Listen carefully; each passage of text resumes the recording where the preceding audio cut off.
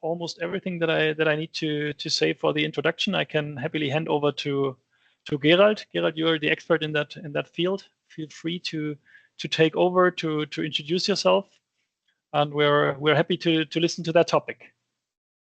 Yes, thank you for the introduction. I'm just sharing my screen again. Perfect.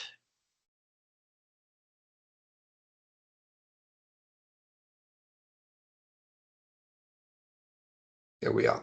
Okay, what we want to talk about today is about digital certificates and key and why they are necessary for cybersecurity and IoT and OT. As Christian already said, my name is Gerlad Richter. I'm the CTO of Ecos Technology. We have doing a lot of things in this field, and what I want to do today is to give you an overview why we need this, why we need cybersecurity is, I guess, something you already know, otherwise you won't be here. But what's the triggers for that, how digital certificates and keys work, a little bit introduction, not too deep, because we only have 1 hour, I think, and I don't want to take your time for 3 days. And then we go over how to use it into the IoT and the OT field, and to think about how to get this working automatically, and why other things that has been done in the past, like self-signed certificates, are not so secure. So let's start. And yeah, here we are.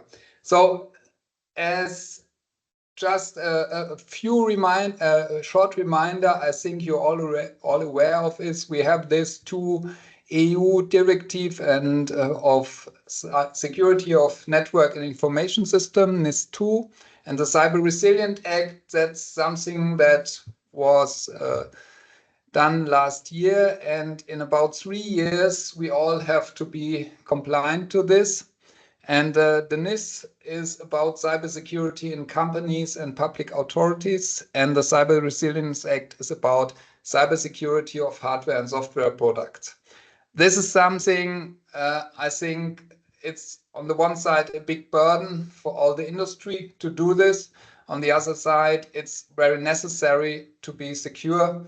We had this power outage in Southern Europe, and the first thing was it was a cyber attack. It wasn't, at least what we know until now, but I think it's not so far away thinking such a cyber attack could happen. So it's important to make sure that our products and also our production is secure from a cyber security point.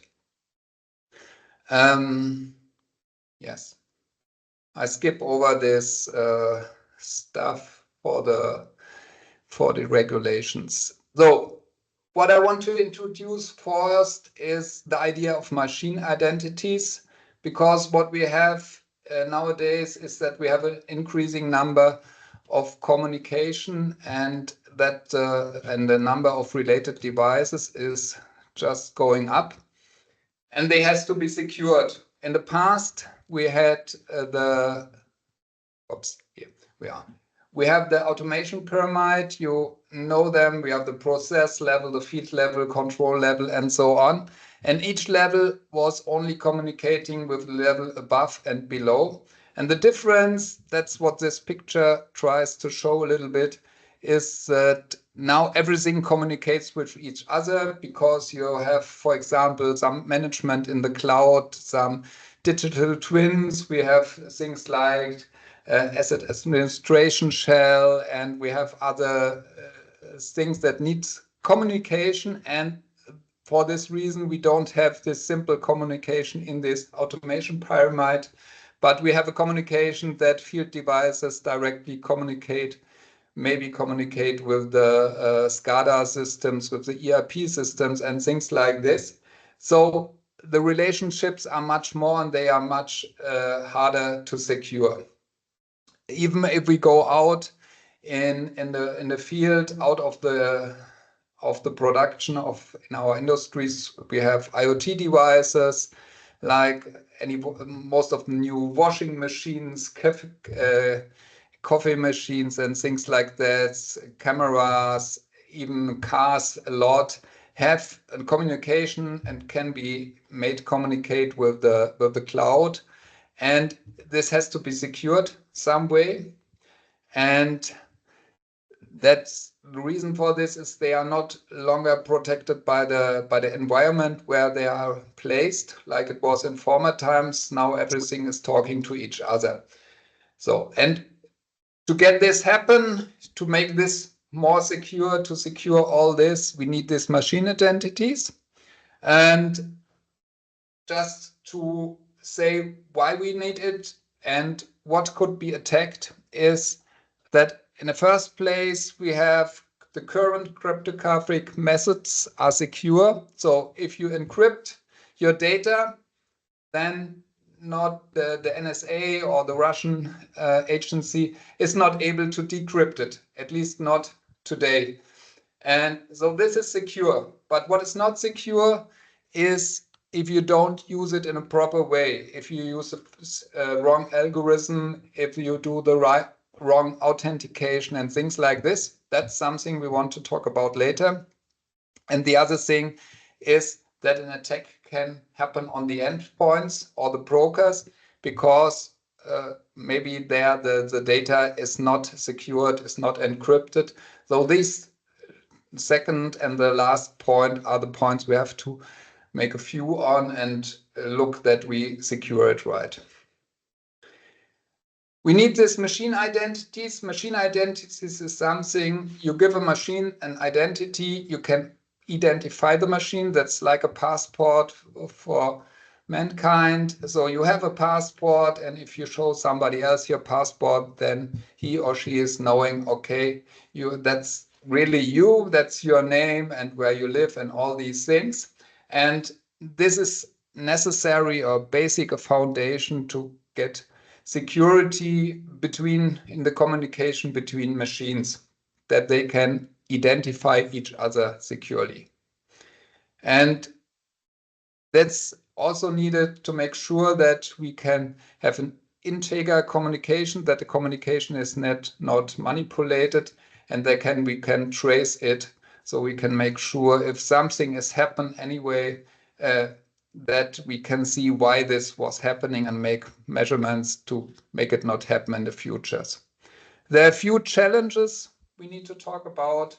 That's how this identity comes on the devices. That's the bootstrap process, how to update them, what's happening if the ownership of the machine, of the device is changing, and last but not least, what's at the end of the life, because you don't want that if the machine doesn't exist anymore, that the identity still keeps on its life and somebody else uses it. That's the same like in real life.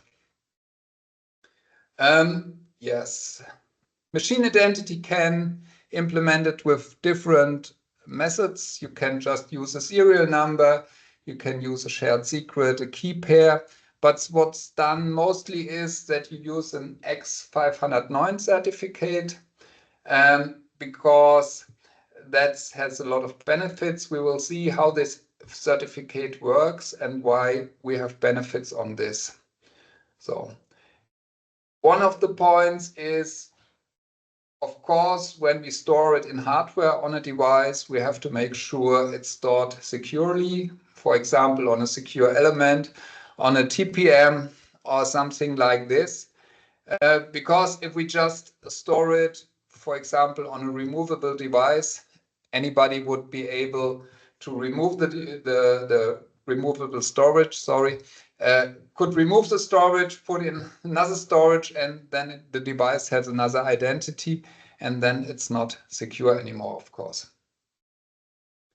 To go one step back is there are some security targets which are used in the IT security, in the cybersecurity discussions.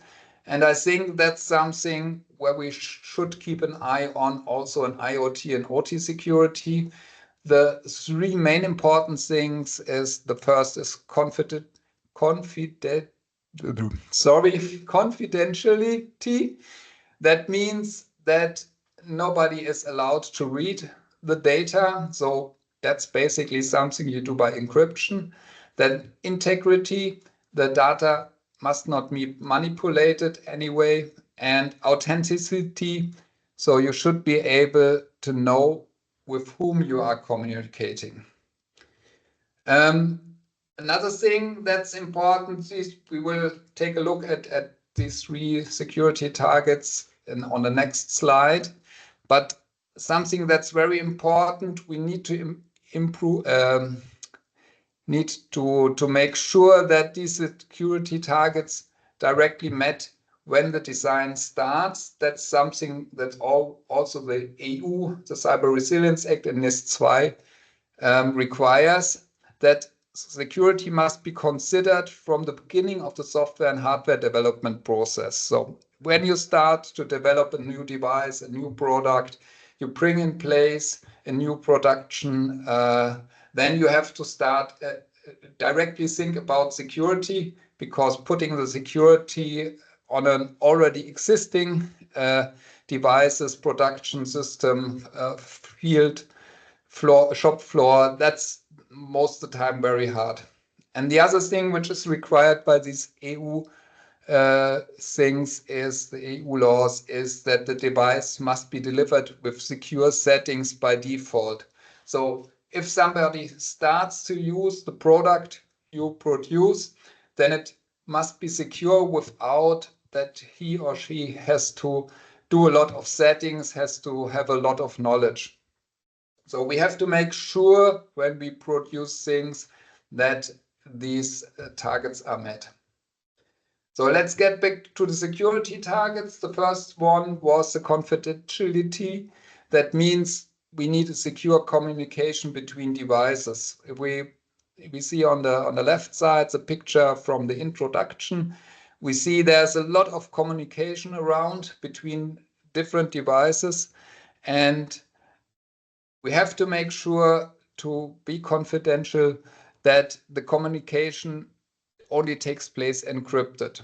That is often implemented via TLS. That is, you have the normal protocol, like if you call an REST API, that's done via HTTP, and then you put it in a kind of tunnel, and that's made via TLS. That's something around the HTTP protocol, and that makes the encryption. So the protocol itself is untouched. It's just secured by the TLS. The same is for MQTT. You can run MQTT through TLS. That's, for example, something OPC-UA requires by default. So all OPC-UA connections should be TLS and use TLS and are encrypted. For other field buses from the past, we know they are not encrypted. Some can do encryptions, others are not capable of doing so. When we use encryption, as I said before, the one thing is to use cryptographic algorithm, the other thing is to do it right. And one important thing is to take a look at the encryption strengths, because they change over time. And that's something which is meant by crypto agility. That means the products, the production system, the shop floor must be able to adapt to changing requirements. And the requirements are not meant the requirements by law.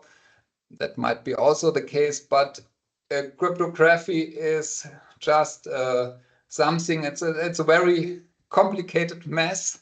What's there done? So a very complicated computation, and in the one direction it's very easy, in the other direction it's very complicated. So if you use the correct algorithm and the correct strengths, then it can't be computed in the reverse direction. You need 100 or 1,000 years with the current computing power.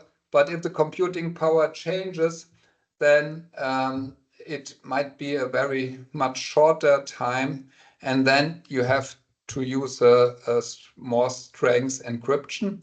On the other side, there are algorithms in the past that were secure, but they are broken because somebody done a lot of mathematics and found out how to find an easier computation that is much faster.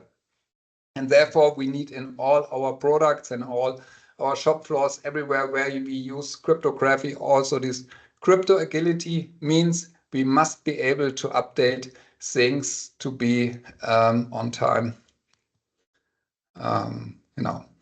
Yeah, that's also if we have a product and we should think how long the product will be used.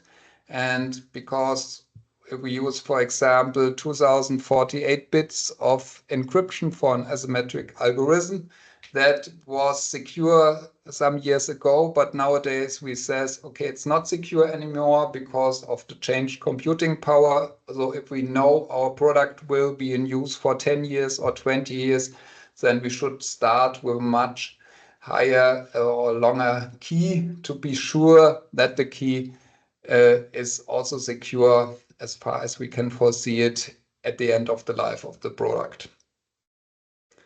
I don't want to dig too much into details here, but there are two ways of encryption. We have asymmetric encryption, where we have a private and a public key.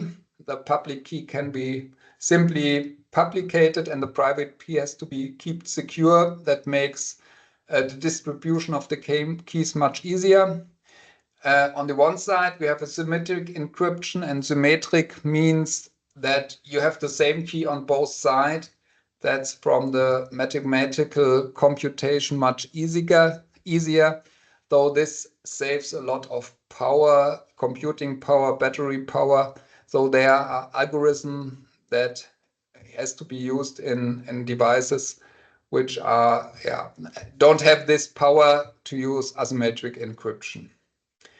And if we come in the point that we have devices that can't have encryption at all, because that's something in the gray field which already is there, then we can at least make an edge device that's something like in the picture on the left, on the left side, there's this controller, which might be an edge device, and the field bus at the bottom is unencrypted, but all the communication above is encrypted, which is done by the edge device. And then I can secure the field bus, for example, by physical security to make sure that nobody can enter the room or something like this. In the IoT field, we have an additional point, or in the OT also, but even more in the IoT field. We not only have the point of encryption, we also have the point of that the device can be anywhere, and we don't know which device it is. So that's something, a concept that was introduced that called zero trust, because the boundaries between inside and outside has been disappeared. So in former times, everything is inside the fabric, not the fabric, the industry hall, and nowadays it could be anywhere. And then we have to make sure to know with which device we talking, and that's something that the trust must be earned.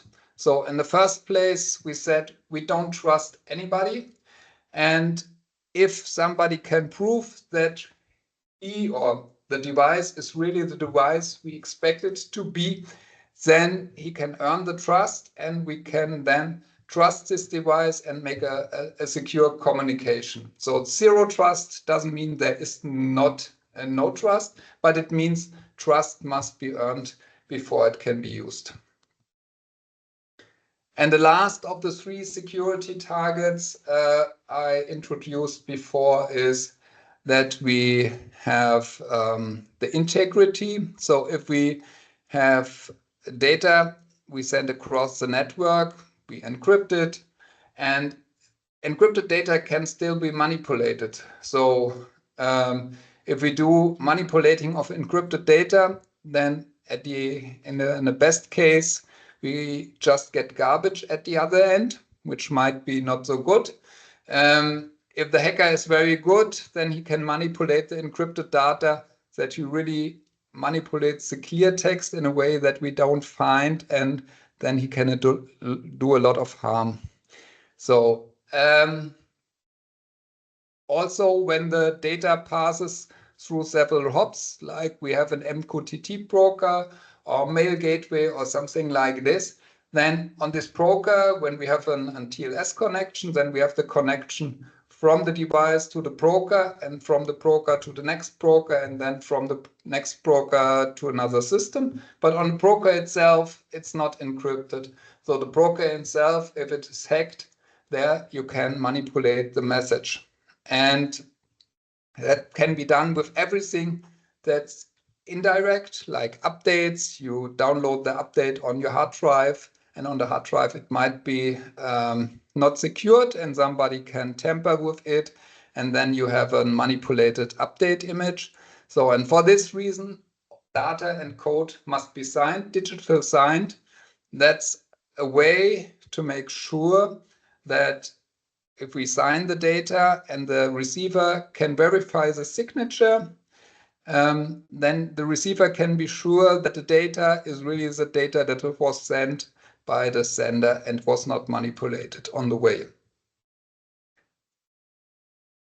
So these three security targets in conjunction with security by design and security by default are the basics we need to implement for cybersecurity. And for all this stuff, we need these certificates. So what's the point with these certificates?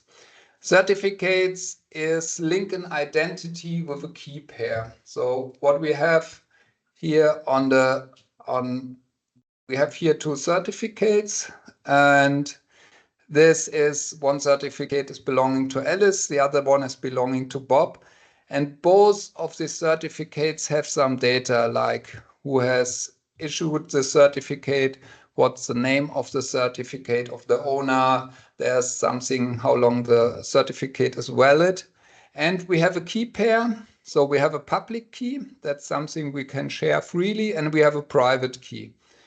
And what's happening here is that we have a so-called CA. CA is a certificate authority, and the CA is the issuer of the certificate. You can have multiple CAs, but to explain this very simple, we only have one. And this CA is signing the certificate, for, in this case of Bob, with its private key. So this private key is something the CA keeps private. That's why it's called private key. And nobody else has it. So if we have a signature with this private key, and then you can, because it's an asymmetric cryptography, you can verify with the public key that the signature is valid. So that the point is now, if Alice has the public key of the CA and says, I trust the CA that they do a good job, and then Alice can use the public key of the CA and can verify that the signature that the CA have done for the certificate of Bob is valid. It's not, there was no manipulation. So, and if Alice knows there's no manipulation in the certificate, then she knows that all the data in the certificates is correct. That's like a passport for a human. You know, there is some governmental organization that issues this passport, and you trust it, at least in Germany. And then you know this passport is valid and you can trust it. And that's the same. You have here the CA, the certificate authority. And because of the signature of the certificate authority, somebody can verify that this signature, that the certificate is valid. And then if somebody shows, or some device shows its certificate and you trust the CA, then you can verify that this is really the device you expect it to be. And the point is here that we have a trust that is made out of trustworthy third party. So every device, every communication partner has only to trust the CA, which we see at the top. They don't have to, Alice and Bob don't have to know each other, because when they trust the CA, they can verify the identity of each other. And in addition, Bob has its private key, and with the private key, he can prove that that's really his certificate, because he has that the public key in the certificate really belongs to the private key, and because he only can have the private key, somebody else can really make sure it's his certificate and it's not a stolen certificate, because the certificate is just a file, and of course, and everybody can copy it. But if you keep the private key secret, for example, the best would be in hardware and a TPM or something like this, then yes, that's all about this trust stuff. And that's very important to understand. That's why I take this time to explain it. And because it's very simple to generate a certificate, for example, with OpenSSL.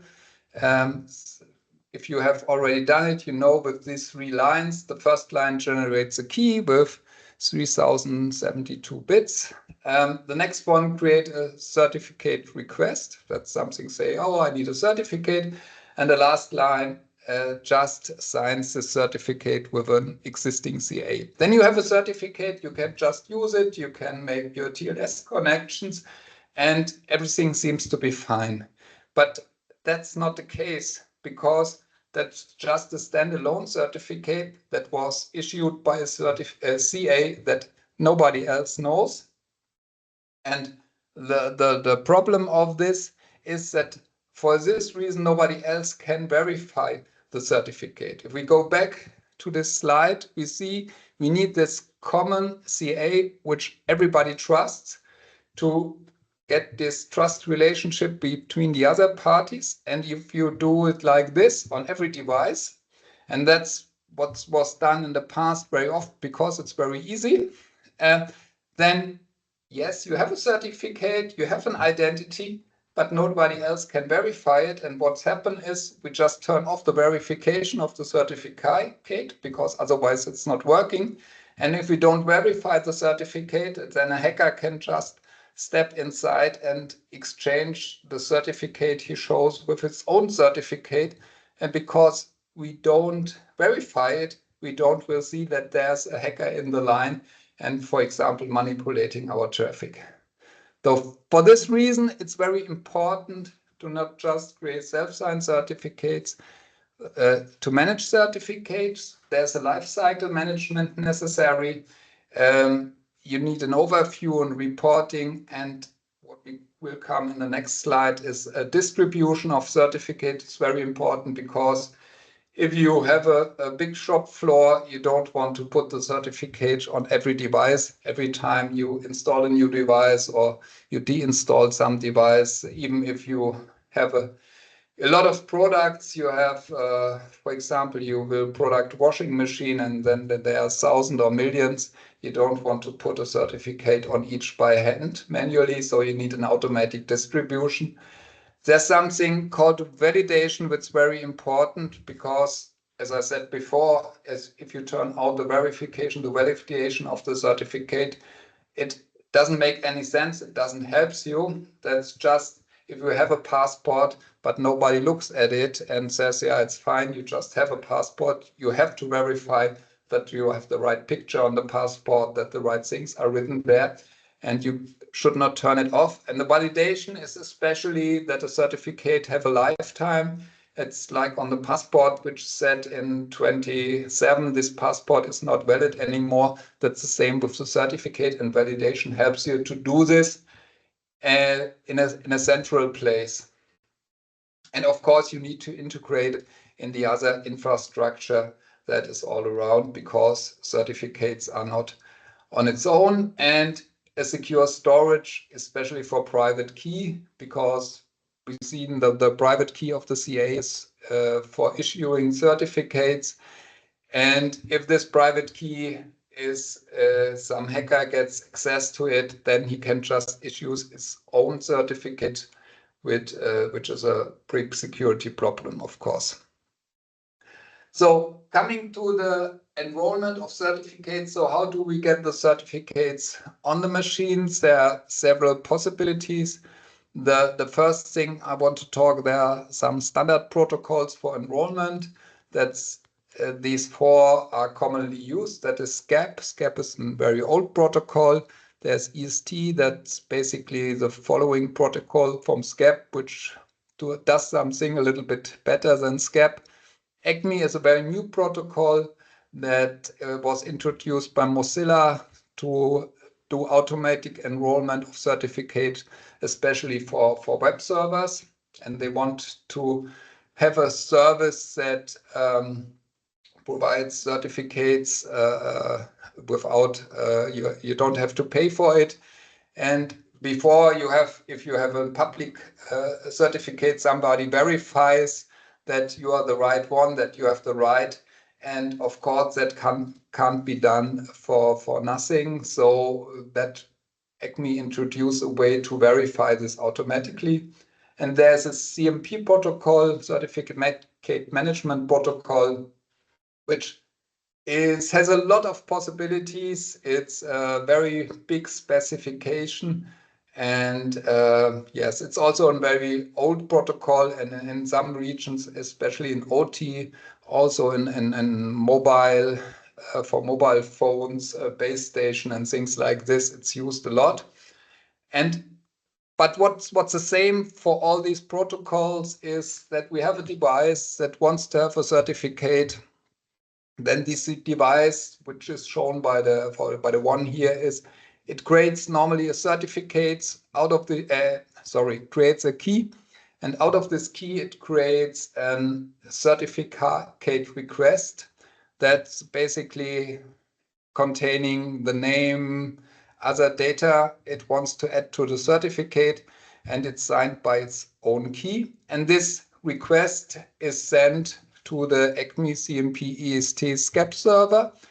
This request does not contain the private key, but it's signed by the private key. So the server can verify that the device has really this private key.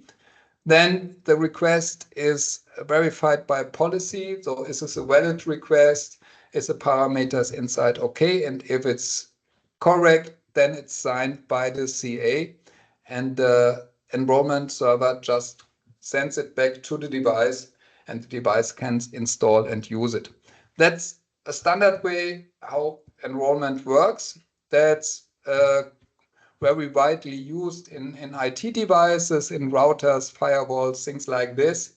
But in IoT or OT technology, you sometimes have it, but in most cases, you don't have such a standard where you can count on. For this reason, there are other things. That's an example from our product. Other vendors has similar concepts that we have in our product, something called Enrollment Agent. And this agent is something you install either you install on the device where you want to have the certificate. That could be like in the upper right corner, the Linux machine, a Windows machine. It could be also some proprietary software, and you can run the agent there. And what the agent does, it via an API call, and REST API call, it talks to the certificate management system, and basically it does similar things like the standard protocols, but it's much more customizable, so it can be used in situations where the standard protocol is not available. And also what's a possibility is that for devices where you can't install software, but you have a command line interface, you could make an SSH connection to this device, execute some commands on the device to get the certificates installed there, and in this way make an automatic enrollment of certificates without the need to install software or to have these standard protocols. Okay.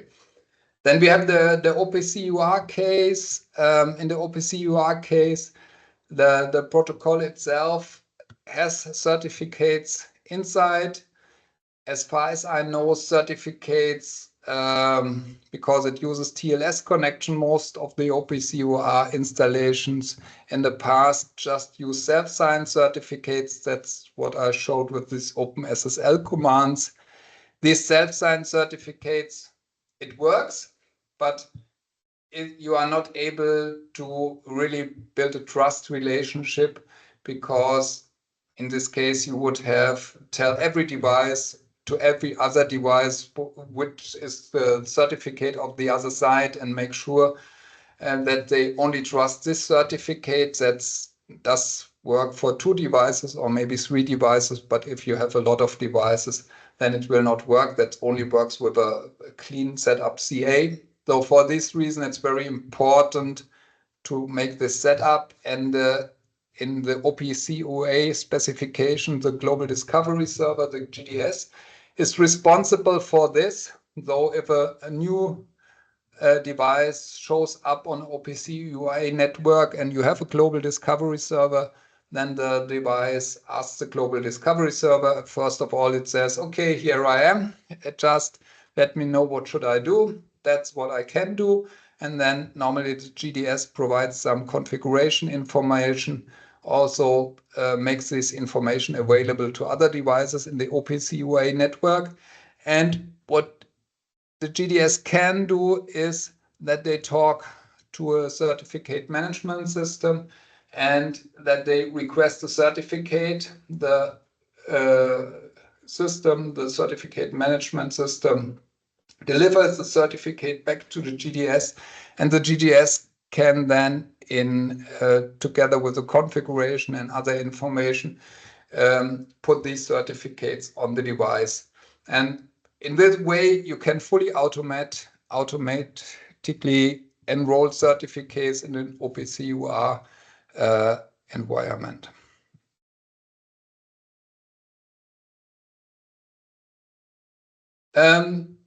Then we have situations where you have a production site which might be not always connected to the internet. You have a production site where you don't have the technicians to run a certificate management system, but you want to produce products that needs machine identity. So in the way your production work, you need to create certificates, or you have a production site and you have to make sure you are using you are using OCSP, that's Online Certificate Status Protocol. That's something you can, by asking a server, say, is this certificate still valid? Then if you use mechanism like this, you have to make sure these servers are always available, even if you're offline from the internet, if you're offline from a cloud or central place where your certificate management system work. And this is an example how we solve this problem, is that we have a thing called TMA Edge Gateway. And that's a small piece of software you can run on site, you can run in a production line, you can run on a production site that is far away. And that one is able to work standalone. It has no configuration. It has a connection to the central site, gets the configuration from there, but it's also working offline. And if the connection comes back, for example, it can replicate what has been done in between, for example, the certificate that has been created. So that's very important if you running a production site and you depend on these certificates, on the identities, the machine identities, that you think about what's happening in case I don't have an internet connection. And that's one way to solve this issue, by having something that can run in the production line. So The idea, it's robust, it has zero administration, meaning you don't need somebody who knows about this device. And if it doesn't work, you just turn it off, turn it on again, and it works again. And it can be used offline, and you can use it as VM, as container, also as application on edge devices that might be also already in place. So to summarize up, yes, we have a product doing all this stuff. And in the hackathon, we have other vendors also there. They will show, and we will together show how to bring this in place. Hopefully that will be a good exchange where we have some more information also about the requirements in the fields. But to say it's to be compliant with the NIST-2, with the CRA, to be cyber secure, you need these certificates. That's the foundation. It's like the power that comes out of the power plug. And they need to be managed and applied correctly. Otherwise, it's not really secure. And that's what the product we have, the trust management appliance, delivers. But basically, all the things I told you in the last minutes, it's the same for other vendors as well. So we need to be secure these certificates. And yes, it's made in Germany by us. And if you need more information, you can look at our website. There are blogs on all this stuff. There are white papers. And of course, you can contact me if you have further questions.